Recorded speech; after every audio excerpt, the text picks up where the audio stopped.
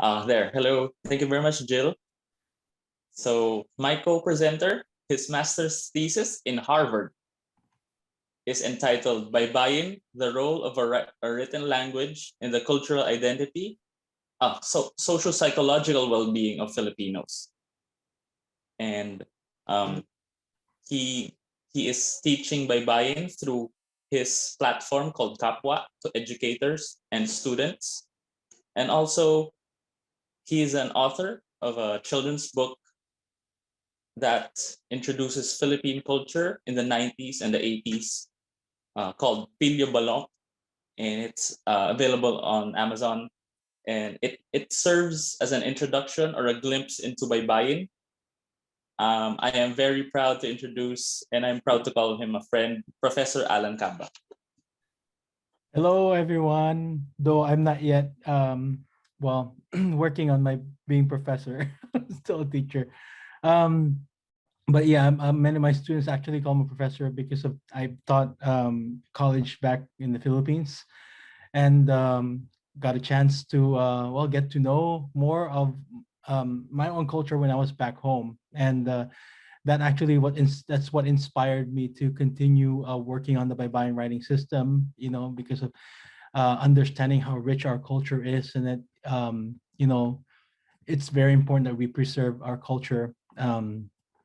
And not only as a great heritage for our nation, but to the whole world, you know. So allow me to share my presentation. Thank you, Ian, for the the introduction. I will, before I hand it over to you, I'm going to introduce you also later on. I'm a little nervous trying to introduce you because I know you have a lot of experience in this, and I have to what do you call this, be able to introduce you properly later on. First of all, I would like to share the what Ian mentioned about the Pilyong Balong. This is the second book that I'm actually working on, of Pilyong Balong. It's a collaboration of work between me and one of my students back home in the Philippines. This is his own illustration, my own illustration also. That's my pen name, River Boy. And yeah, this is goes deeper into the story of a kid that grew up in the province, while introducing the writing system to the students, to our young ones there in the Philippines. So yeah, hopefully it will be out soon for to the public. And here is my presentation. So yes, I've been back and forth in the Philippines teaching various youth through workshop or through a lecture, the Baybayin writing system. That's why it's so important to me, to the point that I made it my thesis when I was doing my master's at Harvard. My advisor said it's not a what do you call this? He actually did not advise me to work on it. I decided on my own. It's not in the mainstream, he said, but for me, I want to work on it because it's really my interest. So first of all, happy Filipino American Heritage Month to all of us, Filipinos and Americans here in the US. A quick rundown of my lecture is I'm going to be talking about the conqueror's account of the Baybayin writing system, confusion among the European observers, the Alibata controversy, understanding the influences of our past, understanding the dilemma at the present, and what's the Pinoy psyche. So I'm not sure if it's, there we go. There we go. So first, I would like to start with a quote. Prior to the time that the Spaniards sailed out to the west and into the east to have an idea of the kind of psyche they had prior to their conquest. So by the way, Monday is Columbus Day, or is it Indigenous Peoples Day, or both? In 1492, prior to Spanish conquest by the conquistadors, the Spanish humanist Antonio de Nebreja published his Gramática de la Lengua Castellana in Salamanca, dedicating his work to Queen Isabella I of Castile in Spain, claimed that language is perfect instrument of the empire. This is cited from Raphael 1988 publication. Indeed, we can mark Nebreja's words as the succeeding years of the Spanish conquest, language became the instrument, or rather a weapon, as the Spanish Empire extended its reign across the Atlantic and into the Pacific. By the way, Universidad de Salamanca is founded in the 1100s, was the intellectual center in the 15th and 16th centuries, which was likely where the kings and popes consult each other for their plans, according to Basaco, 1953, page 27. And my citations also later on, I will have it there at the back of my presentation.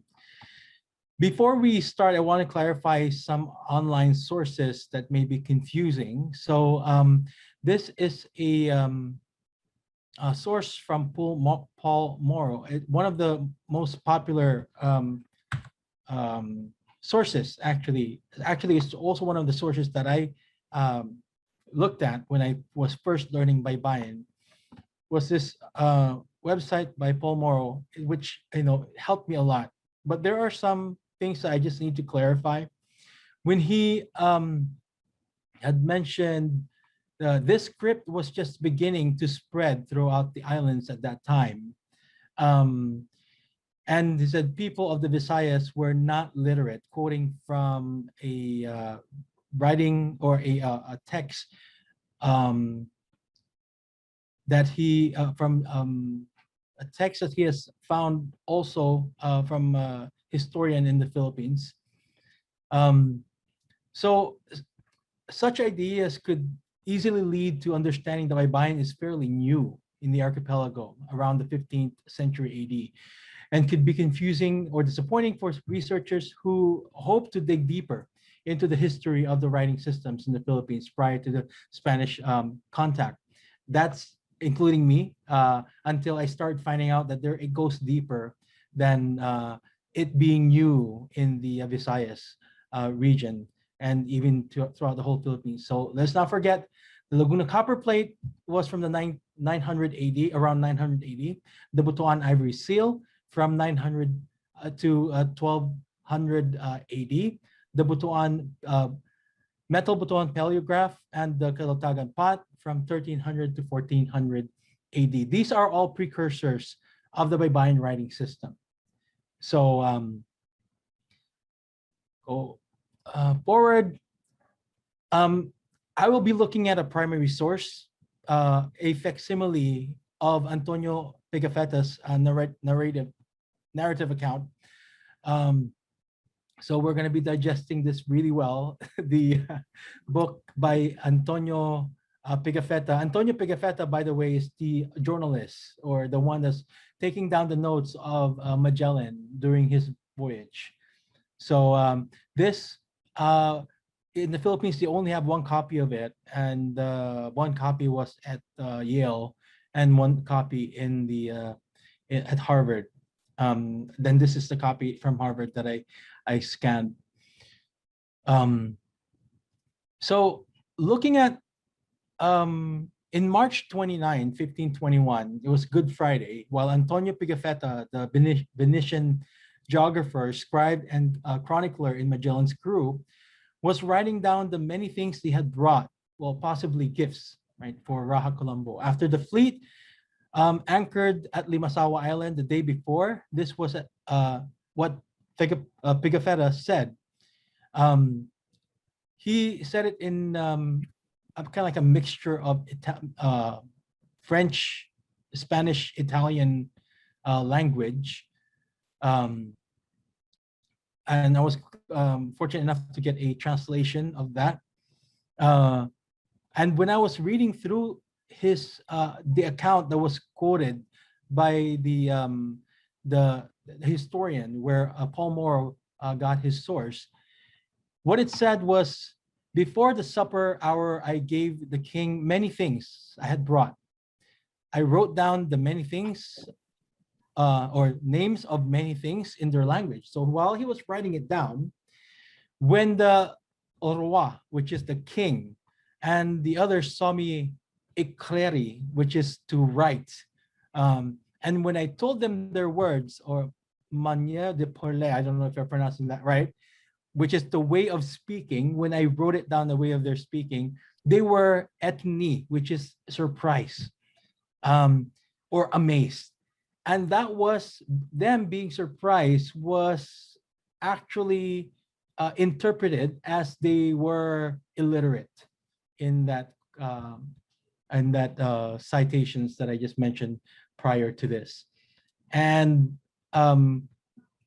that's something that I also clarified in my research, that there's nothing there that he said, it says that they were illiterate. Rather, it says that they were surprised. Being surprised could easily mean just they're just surprised. They have their own writing. You know, they're just surprised to probably see a different writing system. So going forward to the experience of the conquerors during their conquest of the Baybayin writing system, Raha Colombo and the other saw Pigafetta writing. This is what I mentioned a while ago. They were astonished. So that was the there was a claim that they had where they're saying that, you know, a proof that there was no writing system, and that's the only reason why that actually included it here. But after that, in 1582, Miguel de Luarca mentioned that these natives of the Pintados Islands are not acquainted with the art of writing. So again, that was used as some that's not that they didn't have the writing system. But when you try to examine the context of what Miguel de Luarca was saying, when he said art of writing, it's the art of putting records, because many of Filipinos are actually they're into oral tradition, so they're not in the art of putting things in record or in notes. But that doesn't mean, again, that doesn't mean that they do not have any writing system. So according to that chief made such regulations as the deemed necessary for these Moros, referring to the Muslim inhabitants in the Philippines. So Muslim, by the way, they already have their writing system when they went to the Philippines. That's why if you notice, there is a different writing system coming from the south, going up to the north of the Philippines because of the Muslim influence.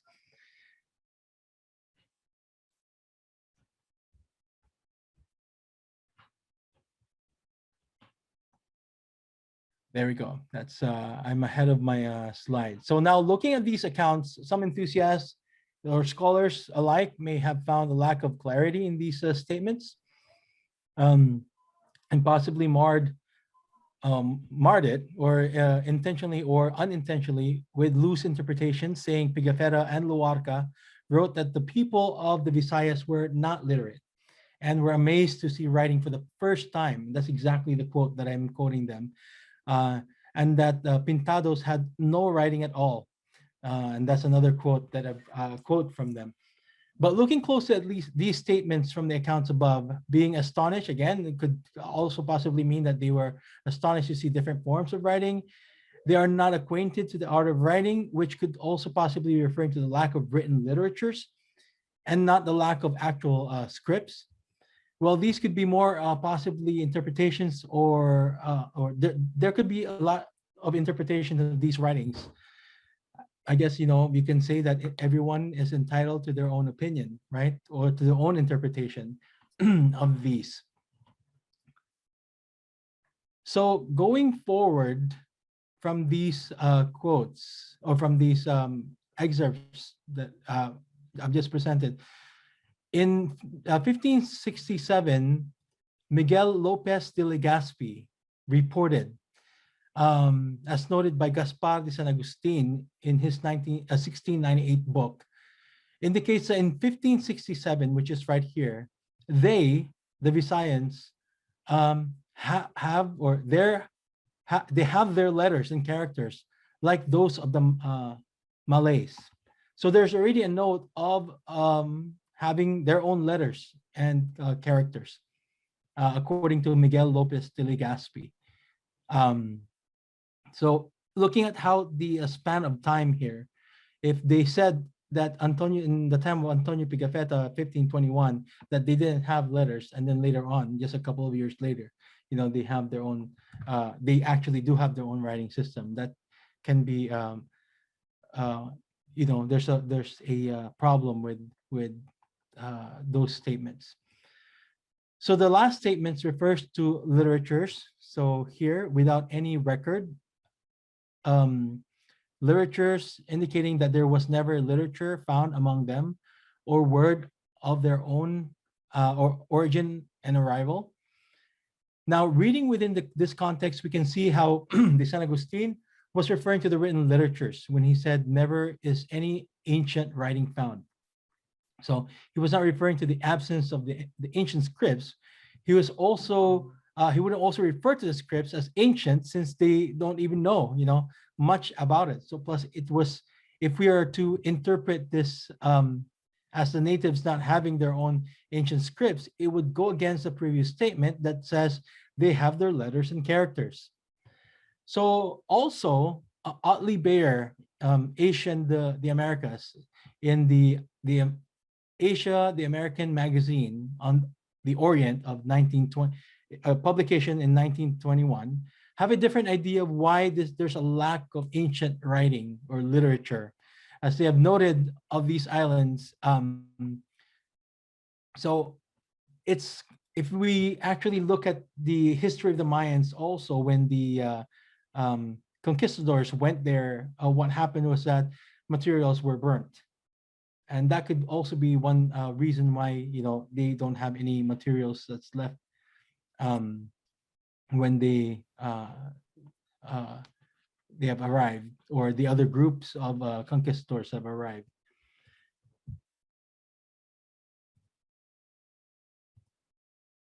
So further in 1590, it was described in the Boxer Codex or in the Manila manuscript how the native people wrote on tablets made of bamboos.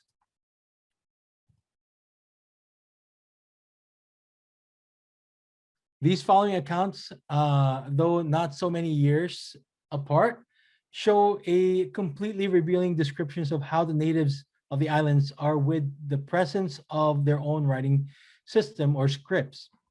In 1604, Pedro Quirino noted that these islands are so given to reading and writing that there's hardly a man, much less a woman, who does not read and write in the letter of the island of Manila. So argument may say, well, maybe that's just in Manila or in Luzon, right? But in 1609, Antonio de Morga also noted that throughout the islands, the natives write very well using their letters. All the natives, women as well as men, write in this language, and there are very few who do not write well and correctly. So in 1668, Francisco Ignacio Alcena also noted that the characters of these natives, just go back there, sorry. Characters of these natives, or better said, those that have been in use for a few years in these parts. So basically what this part of the slide is saying is that, there are writings that was found in the islands prior to the arrival of the conquistadors or the colonizers.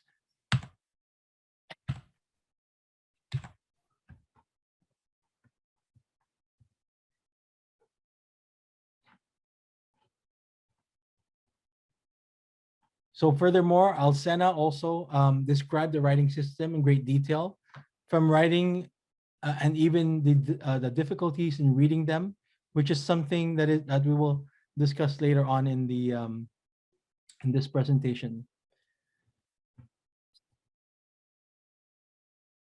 So going back to 1500s, in 1593, one of the earliest, if not the earliest, printed book from the Philippines ever, even older than the oldest book printed in America, according to some claim, like for example, the Baybayin book, was written by Juan de Plasencia, the Doctrina Cristiana in Lengua Española Tagala, which is the like a Catholic catechism that's written in both Spanish and Tagalog, or the Filipino language, but also not only written in the well, they're both written in the their own writing systems. So that's the first record where they have the Baybayin writing system also. So with this, we have to understand the political impact of a language. In the tradition of Spanish Renaissance humanism, Benedict Anderson notes down the natural connection between language and politics. So the assertion of one is accompanied by the spread of the other. So that's according to Anderson, 1983. Cited on Raphael in his 1988 book. So missionaries' frustration with the Baybayin writing system. So just a disclaimer, these photos are actually not the contemporary of those who are actually we're quoting, but we're just putting faces on them, because they're also missionaries. They are missionaries, I think, during the time of our Dr. Jose Rizal time during the late 1800s. So according to them, the Tagalog script, according to Francisco Lopez in 1621, who created that the Doctrina Cristiana, the Tagalog script is so defective and so confusing for not having up till now a way of writing suspended consonants, because the it's a they don't have suspended consonants, and that's basically in most Southeast Asian countries. They don't have suspended consonants, which later on this is what they will add. They will kind of like modify the writing system to have a suspended consonants.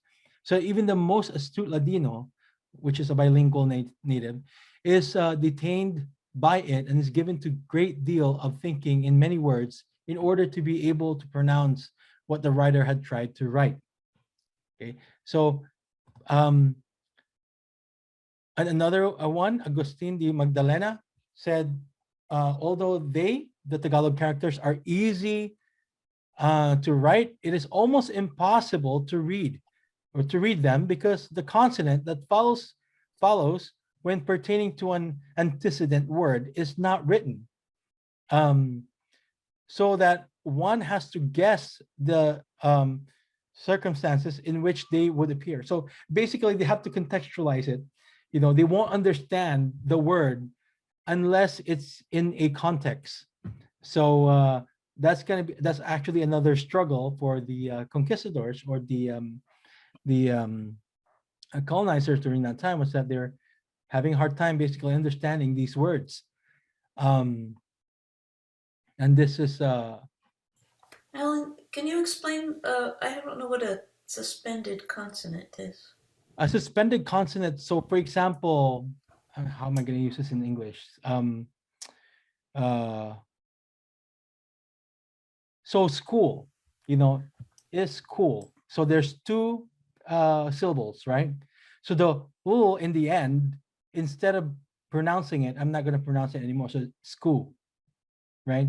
So school, so that the suspended consonant at the end, it gets suspended or eliminated, so we don't pronounce it. Okay. So it's just school. So that's why they were saying it was confusing. It's confusing. Okay. Yeah.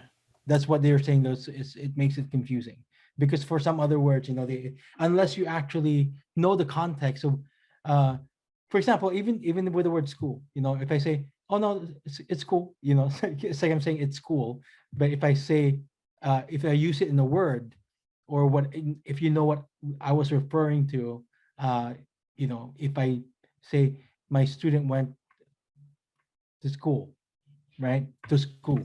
Right. You would know that I'm referring to Context. a school. And I'm not just saying it's school. So this Um, fellow's misunderstanding may have been caused by his weakness in Tagalog. yes. Well, Right. frustrated. I call it frustration. Yeah. They were really frustrated with it. I mean, which I do understand the frustration. I'm not saying that, they're bad from being frustrated. I would be frustrated too. I'm actually frustrated also when I was learning it. But you could imagine how frustrating it could be. So for Sebastian Tutanes in 1745, rare is the Indio who still knows how to read them, much less write them. So in 1745, there's already a proof of the slow deterioration of the use of the language or the writing system. All of them read and write in our Castilian letter now. So this is around not even 100 years after the, their arrival. Um, this script is easy to write as it is difficult to read because it is to guess or adivinar, according to them in their own words, to guess it. It helps to know the Tagalog characters in distinguishing accents. That's according to Gaspar de San Agustin in his Compendio de Arte de la Lengua Tagala. And this script cannot be any less than eligible or legible. It presents great difficulties not for him who writes it, but for him who reads it. So we are thus far from believing that this alphabet could provide the simplicity and clarity of Latin, according to Cipriano Marcella in 1895. In fact, the frustration is also true not only due to the final consonant, but even in the direction on which to read the Baybayin writing system, because sometimes if it's reading it from downwards and upwards, they won't know if they don't actually, if they're not familiar with the character, it'd be hard for them to, try to read it. So Henry William Scott, by the way, is the historian that I was mentioning a while ago. I always mix up with his name with whether his name was Scott or Henry, because they both can be last name or first name. But he said the willingness of Filipinos to read their writing with a page held in any direction caused understandable confusion among European observers who lack this ability, and causes them or some irritation to Tagalog teachers in Mangyan schools today during his time. So, Rebecca Rodriguez from the Universidad de Valladolid has an explanation to this, the disappearance of the Baybayin language. Therefore, in the 18th century, an ideological change took place that meant that the conquered had to learn the language of the conquerors, compared to the declared policy of the 17th century of learning barbarian languages for the evangelization of the pagans. Smith-Stark, 2009. So the works of the Philippine language of the 18th century were based on the lexical choice of grammarian Nibreja. If you remember, Nibreja was the first quote that I quoted in the beginning of this presentation. So in the research done by Rebecca Fernandez Rodriguez, while talking about the works by Francisco Lopez, the one who translated the Doctrina Cristiana in 1621 into Ilocano, and the author of the Arte de la Lengua Ilocana in 1627, and others who states as part of the concluding statement, the works of the Philippine language of the 18th century were based on the choice of grammarian Nibreja. So Again, if you could recall, Nibreha was the first one, the first quote where we got, he said, language is a perfect instrument of the empire. So how much of language has been influenced by the colonizers at this point, right? Remember, there are two parts in a language, spoken and written.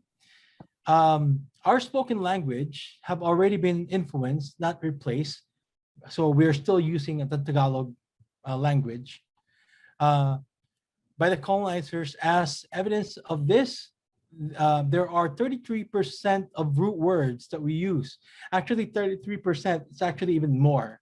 This was a study done a long time ago that we use were Spanish in origin, according to Williamson and Thorpe in 1972. So our written language, on the other hand, have also been modified and eventually been replaced by the Latin Roman alphabet or characters. So now we are using the Latin characters. That's how we came about with the Latin characters that we have right now, how we're using the Latin characters instead of our own writing system. So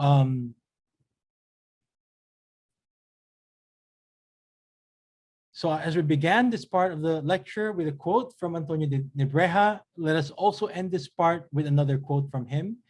Nibreja writes in his prologo that one thing I discovered and concluded with certainty is that language was always a companion of empire. Therefore, it follows that together they begin, grow, and flourish, and together they fall. So as we personally learned just from this lecture, the impact of colonizers to the natives of the archipelago, what happened to the writing system that our, the Filipinos have and are so given doing, according to Quirino, where he even said, so given to reading and writing that there's hardly a man, much less a woman, who does not read and write, right? Whatever happened to that writing system that grew and flourished in these islands, in the islands of the Philippines, back as far as 900 AD, as proven in the Laguna Copper Plate, but could actually be more longer than that, because that's the only evidence that we have. So whatever happened to the political power of the Filipinos? As the language of the colonizers began to grow and flourish in the islands. So that's just another, I think that's going to be another research. That's going to be another research. So it's my pleasure to introduce a good friend of mine who's an artist whom I've known because of this advocacy to promote our ancient writing system in the Philippines. So Taipan, I'm just going to read the introduction that you created, Jill. So Taipan Lucero works to preserve and educate the often forgotten ancestral culture of the Filipinos through his calligraphy. He explores the history of Baybayin writing system and offers his own etymological theories of elements of the script while revealing its beauty through his works of calligraphy. What I've also known from my interview with him is he went to Japan for a while to practice what he has studied, but eventually decided to come back home to further support our culture, through the writing system. So he's a cum laude graduate from the University of the Philippines. Again, he started an independent creative industry professional. He founded Calligraphy Filipino, which is what he's continuously working on. Calligraphy Filipino is a portmanteau of calligraphy and Filipino. So, I'm very proud that I got to know him, and he still does what he was doing since I met him. And that's why we were fortunate enough to actually see him here in the US, and that's why I didn't want to miss that time when he went to the embassy to speak, because I know it's a treasure for us to learn about him.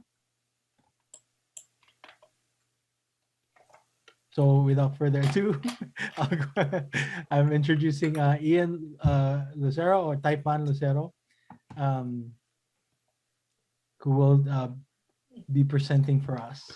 Take it away. Take it away. Tell us it's Hello. change our view side Hi, by everyone. side there.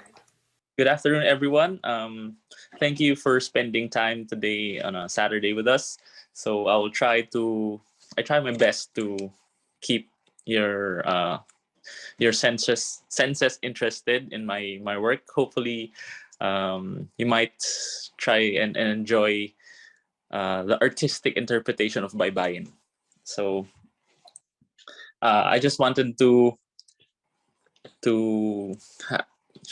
introduce my background. So I started out as a freelance designer, and me and my friends, we started a small design firm, and then eventually we went our own ways. So that that's where I ended up in Japan as a graphic designer. And part of my work there, I was required to take up Japanese calligraphy. So here you can see me with my colleagues and my bosses. So and here one of my parting gifts when I left the workplace was to thank everyone for everything that they did for me while I was working there. And if you're familiar with Japanese culture, of course they love their culture and their writing very much. So here you can see a booklet which has different oh sorry, wait, here is the actual um, the booklet being made. So these are monks in temples where you can donate 100 yen and they will give a custom calligraphy artwork in in the style of their respective temples. So even something as mundane as their writing, they give so much love and respect to it that it permeates throughout their society. So that's what inspired me to try and recreate that for our own culture. So what I did was I quit my job and then went back home to the Philippines to start Calligraphy Filipino. So just sort of a little history. I know Alan discussed in depth the colonial and then towards the modern period of Baybayin. Here, I will try to um, add some just some a little bit of information that might sort of relate to Baybayin, because here we can see the Angona petroglyphs, which is said to be dated around 3000 BCE. And the clearer figures, you can see there will be like insects or lizards, humans, but um, there are some that say that they can see like Baybayin characters for it. So um, some say they see the character for Bain na, but it's still disputed. It's not really confirmed whether these are indeed characters. So a little bit forward, we have an artifact called the Manungul jar. It's a burial jar which depicts a boatman delivering a deceased person into the next life via um, via a boat. Because in Filipino culture, the the the seas or the rivers are seen as pathways as opposed to hindrances, wherein people may see like, oh, there's a river, I cannot cross that. In Filipino culture, it is said that a river is a way to get across to another person or another village, another barangay, which is called. So water or using water as a bridge is I think an important culture in the Philippines. And a study by Professor or Dr. Bonifacio Comandante said that the designs on top of the Manungul jar are Baybayin characters in the south, and he said that it's a poem about the sun. Um, and just to sort of compare the so-called great civilizations, so we have the Romans and the Greeks. They had they were started around 500 to 700 BCE, and if the Manungul jar was dated around 890 BCE, well, that means that while these great civilizations were thriving or ongoing, we also had like this sort of culture that might have been destroyed by the conquering conquistadors. So again, fast forward. So these are depictions of ancestral Filipinos when the Spaniards came. So they kept a visual diary of how the Filipinos looked. So on the far left, we have some of the upper class people. They were draped in silk robes, and then they had lots of gold jewelry. And then going further down to the right, farther right, we have the warrior class, wherein their bodies were covered in tattoos to signify either their fierceness in battle, how many battles they've won. They get a tattoo additionally for each war or battle they won. So the more tattoos sort of signifies that you are a great warrior. Yeah. So we had a thriving civilization before any invaders came, and our country was not quote unquote discovered. And I want by the end of the presentation, I want fellow Filipinos to be proud of what is ours. So parallel to the script, of course, Philippines has 187 languages. They are not dialects, which some people say incorrectly state they are dialects. Dialects are basically, I guess, subsets of a language, wherein the Philippines, they are entirely different languages. Wherein, for example, myself, I speak mainly Tagalog. My mom grew up in the Ilocos region, the northern part. She speaks Ilocano. That's in completely different language from Tagalog. So basically, I sometimes I do understand what she says, but for the most part, I can't speak it. So yeah, that's basically showing that the Philippines is very diverse in that respect.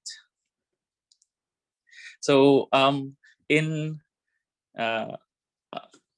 so hand in hand with the languages, we also have like different names for our script. So depending on the location, but personally, I think for visually, as a visual person, the characters, if you look closely, sorry, oh sorry. I'll try to zoom here a little bit. So if you can see closely, the character sort of looks similar. There are some differences in how they're written. Like, for example, we have the Hanunuo of the Mindoro. The characters look a little bit angular, as opposed to the Baybayin and Kulitan, Badlit, which are more like curvilinear. But essentially, sort of, again, from a visual standpoint, they sort of look similar. And of course, for the southern part, they are more Islamic influence or Indian influence. So they look a little bit farther off than compared to the other scripts here. So basically, Baybayin, it's a 17 or 18 character alphasyllabary or abugida, which is a writing system wherein the default is this consonant by default comes with a vowel. So here are basically the rules. So the default vowel is an A. So the characters are baga, daga, etc. And if you want to change that A into an E or an I, you put a dot on top. If you put an O or U, if you want to change it to an O or U, put a dot below. And if you want to eliminate that vowel, you put a cross or X. Personally, I use like a long line beneath it or 2 dots on top and then below, just for visual, just for aesthetics purpose. So how to use Baybayin? It's just fairly straightforward. If you want to spell this word Malaya, Malayan means free. So basically, you just if you haven't memorized the characters, you just copy it from this chart right here. So Malaya. So basically Malaya. So implementing the rules that I've mentioned. So changing the vowel to an I, put a dot on top. O, put a dot below, and to eliminate the vowel, put a cross. So sibol, it means to grow or to bloom. So this word implements all the rules. So sibol we have here. So our universal rule of Baybayin is to spell by pronunciation. So we have this word mag-isa in Tagalog means to be by yourself or to be alone. Visually, using characters of Baybayin, you can spell it incorrectly if you can look at the middle part.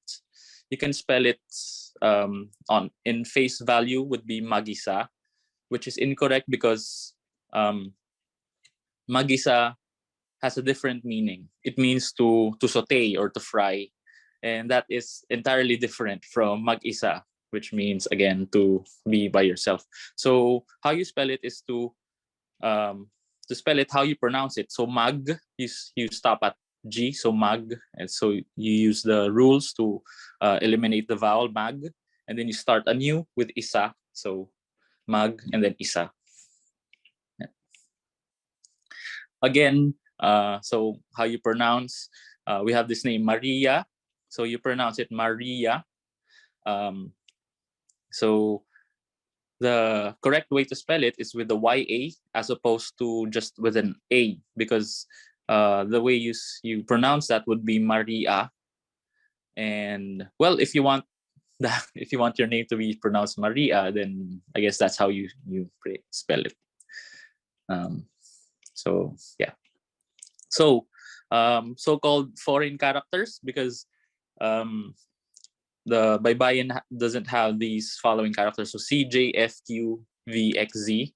So what we do is we try to substitute the characters on how they are pronounced. So C, depending on if it's a hard C or a soft C. So we either use a K or an S.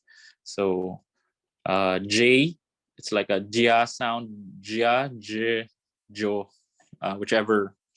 So F becomes a P, Q becomes a Kwa sound, V becomes a B sound, and so forth.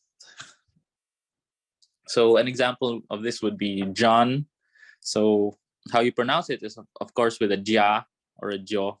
So since, again, we don't have a J, we substitute it with a DY sound, DYA or DYO, whichever one you deem appropriate. And I think this is again what proves, or what do you call it? This what explains the so-called Filipino accent there. So I don't know if you have like Filipino friends, or you have heard the Filipino Filipino accent. So because we don't have an F, sometimes we pronounce the F's as P's. For example, here we have, in this picture, we have French fries instead of French fries. I think personally, it's my belief that because it's ingrained in our minds, that are in our ancestry, that we don't have the letter F. That's why our brain automatically goes to P, and this is influenced, of course, by Baybayin, because we don't have an F. And similarly, like for somehow how some Filipinos pronounce the letter V. So instead of over there, and the TH sound is also sort of foreign to us. So sometimes we do a shortcut. So it instead of saying over there, sometimes we say over there, because of, again, of the the foreignness of these characters or this sound of the th. So here I would like to present some of my theories on the visual etymology of Baybayin characters and how it relates to the language. Here we have two characters of ha and ka. So in my opinion, and what I think the root word of the look of ha is hangin, or it means wind. So it also relates to the word hininga, which means breath, or you're breathing. So my interpretation of this is because you are breathing, you are alive, you have a spirit. So it also looks like, of course, a breath of wind. If you're trying to depict like someone breathing, you use this sort of figure, like a curved line in between. So this is what I interpret as ha being something relating to someone who having a spirit. And moving to the character on the side, on the right, we have ka. And visually, if you can take a closer look, it looks like two has on top of each other. So the only difference is it has a line in between it. So since we've established that ha depicts or signifies that something has a spirit or it's living, therefore ka looks like two spirits being connected by a line. And in the Filipino language, that exactly is what ka is used for. So ka is the prefix for connection. So kapatid means brother or sister. So basically two spirits connected. So you have your brother or sister, and they're connected. They are kapatid. Kaibigan means friend. So you and your friend, you're connected. So you use the word kaibigan. Kapitbahay means your neighbor. So you and your neighbor, you're connected. So it sort of forms the letter ka. And yeah, so basically that's my theory on that. So an example of the use of this was a revolutionary flag to the Katipunan, the revolutionary group that opposed the Spaniards. Some mistakenly see this as the letter Roman I, but actually it's ka to represent the Katipunan. And moving on to another etymological visual theory of mine. So we have the character ba. So it sort of, in my opinion, resembles the female reproductive organ, and it signifies, or it comes from the word babae. Babae means female in Tagalog. On note, we have the character la. So kind of, I think, resembles the male reproductive organ in its form, and it also I think might have come from the word lalaki. So lalaki means male in Tagalog. So again, I mentioned that ha might have represented the spirit, and all of these we have this word Bathala. Bathala is the almighty deity, the pre-colonial god of the native Filipinos. So it's spelled with these characters. So we have the characters of Ba, Ha, and then La. And as I presented as my theory, so Ba would be representative of the babae, La would be representative of the lalaki, and we also have the Ha, which is the spirit. And T might be a combining letter because in Tagalog, at, A, T means end. So it's the equivalent of end in Tagalog. So that may be a shortcut for it. So we have babae and the spirit and lalaki. So we have a woman and a spirit and then a man.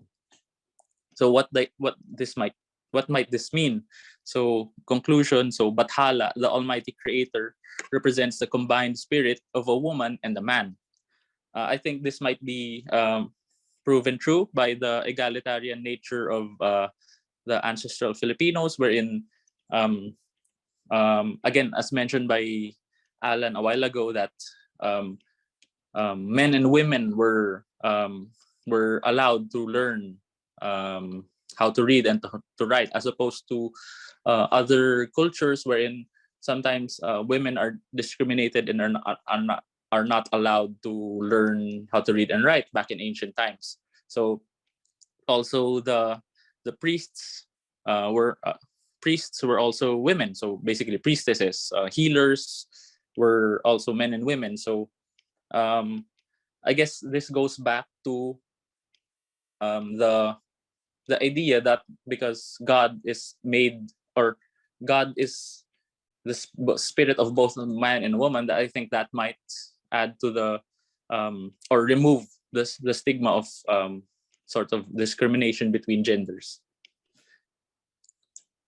So moving on. So what I'm doing, of course, is using art in preserving culture. So, well, also technology through these talks through Zoom. It is vital in helping preserve our culture, because through these digital means, through these artworks that I do, we get to present our culture to the next generation. So in case they might find it interesting, they might want to pursue it, they might want to continue it, and even down towards the next generation. So hopefully that might also happen. So that is why I do Calligraphy Filipino. So it's basically just calligraphy and Filipino. I just fuse the term as a portmanteau. So it's a term for my self-developed style of calligraphy. It's a nationalistic art and design movement. Not really into the politics. It's just about presenting our writing in an artistic manner. So some of the forms that I use will be inspired by the elements of our traditional culture. So it comes in two forms, the sinulat and ginuhit. So the sinulat is written. It's more the traditional type of calligraphy, wherein the ginuhit is more sort of drawn. It's not really handwritten, but it does have the characters of the Baybayin, but it's not using handwriting. So with calligraphy, of course, there are different tools, but the two primary tools would be the chisel calligraphy and the brush calligraphy. These tools produce different visual present to different aesthetics, basically. So with the chisel calligraphy, it's more angular. It has more sometimes it has broader strokes, and it's easier to do lines, basically straight lines and horizontal lines. So it has a different aesthetic. So an example of this, we have the word kape. Kape means coffee. So I just wanted to create a basic example of this and how you can make an artistic interpretation of the Baybayin characters. So the characters are on top of each other. We have ka on top and then pe below. Yep. So here we have a more complicated example of it. So this artwork is inspired by the radial designs of the kulintang, which are gongs.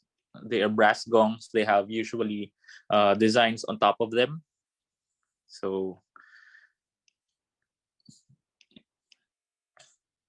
another more complicated example of using the chisel tip calligraphy. So for the brush pen, it also has a different feel to it. So here another just an example of how the brush pen calligraphy would look. So we have this word sumpa meaning a promise or a curse. So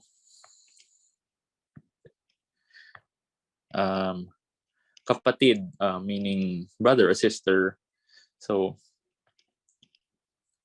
yeah, more examples ng so here gunita meaning to remember. This, yeah, examples. So so because I sort of studied Japanese calligraphy, and they had some principles as well, which I forgot now. But they have some philosophies of the art of calligraphy. So I tried to create some of these philosophies to relate to Filipino culture and Filipino writing. So number one, kapwa, the adaptation of characters amongst themselves, beside, above, or next. So this composition isn't really typical in the formal calligraphy families like in Japanese or ano. I just wanted to explore what could be done using this sort of formation. So it symbolizes the strong ties among family and friends in Filipino culture, and the bayanihan culture, which is the spirit of camaraderie between people in a community. So the next one would be kasiguraduhan, which is sureness. So the sureness of strokes and direction without hesitation or error. It symbolizes there's this Filipino attitude of bahala na, or it comes from the term bathala na, which is to leave everything to God. So bathala, again, discussed a while ago. So bathala na is again to leave everything to God. So what it relates to calligraphy is because there are motions in calligraphy where there are like fast strokes wherein you just flick your finger, and that sort of like relates to the bathala na attitude to leave these strokes up to God where it goes. So because in calligraphy you have to be sure where your strokes go, because when you hesitate in doing calligraphy, it is very evident on the page that you can see like where the ink sort of stutters or stops. So it is important that you are very sure in where you draw your lines. So the last one, katuwiran, or the straightness of the character's path. It symbolizes the steadfastness and resilience. So basically here, it's a good idea to have your lines going the same direction, because visually it looks it looks cleaner and it's more uniform, as opposed to having multiple directions. It doesn't have to be like in a 90-degree angle. Sometimes you can go whichever angle you want, but as long as you try to keep in mind the uniformity of the angles. So moving on to the drawn part, which is ginuhit. So these are more graphic design, sort of using my background in design. So we have this word tinatangi, which is someone you refer to someone that you cherish or someone you love. So in here I just formed the characters into a heart shape, just to signify the meaning of the character, the word itself. So tinatangi shaped into a heart. Another example, of course, would be using folk tales or folklore to promote Baybayin. This would be Ibong Adarna. It's a famous folk tale or children's tale, and using characters of Baybayin, I also formed it into a bird so that it looks like something that would be relatable. It's a technique so that when people see something relatable, they might be drawn into it, as opposed to just seeing Baybayin characters, which some people might not know about, and they might not be interested in it since it's something alien to them, as opposed to having like, oh, that's a bird. Oh, and looking closely, it's the Ibong Adarna. Oh, and then looking even closely, it's actually Baybayin characters. So it's sort of like a drawing in technique of viewers. Moving into more of the paintings that I do, so inspired again by the traditional culture of the Philippines. We have the Lingling O. On the right side, I have artworks that are inspired by the forms of the Lingling O. The Lingling O are fertility charms. They are old, like several thousand years old designs, but at the same time they look modern. So it's something of note. Other jewelry designs from ancient Filipinos. So we have like this on the bottom is a hilt of a sword, and on top, I believe, are earrings. So I use these jewelries, these jewelry designs as inspiration for forms. So this painting is all called tadhana. So from top to bottom, we have the characters here. If you can decipher them, they are all there. Another example, this one, tapang, again, inspired by the Filipino cultural elements.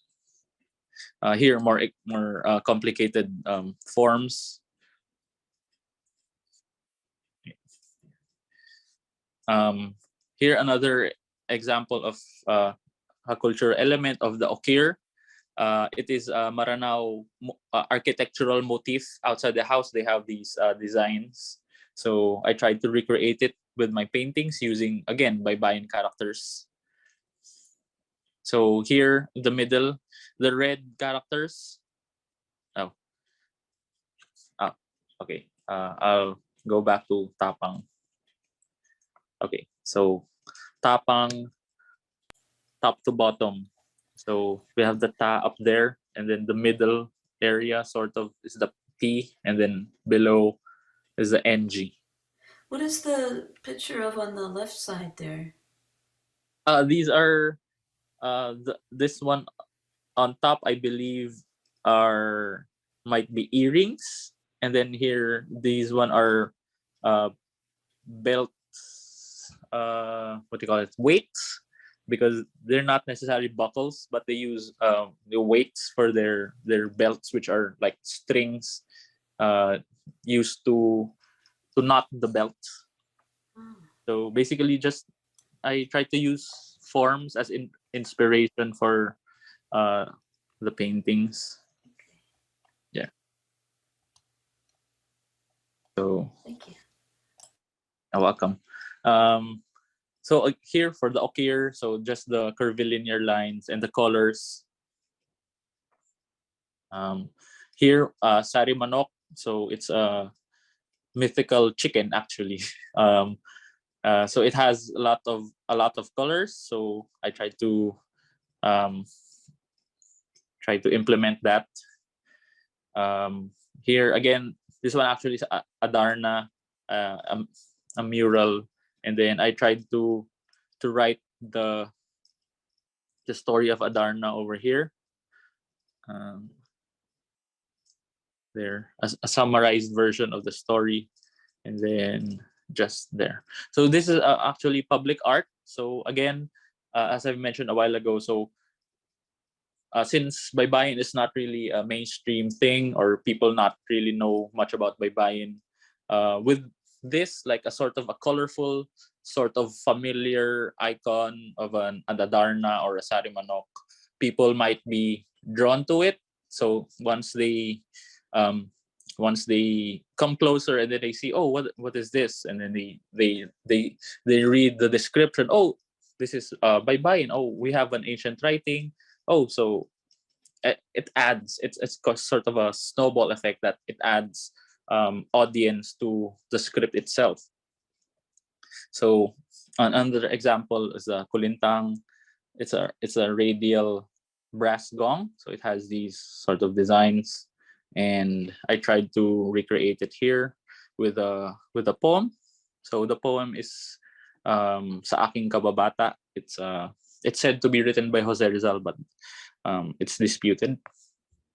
So here other interpretations of the kulintang, and then there's a lingling in the middle. And yeah, more radial forms inspired by the kulintang. Another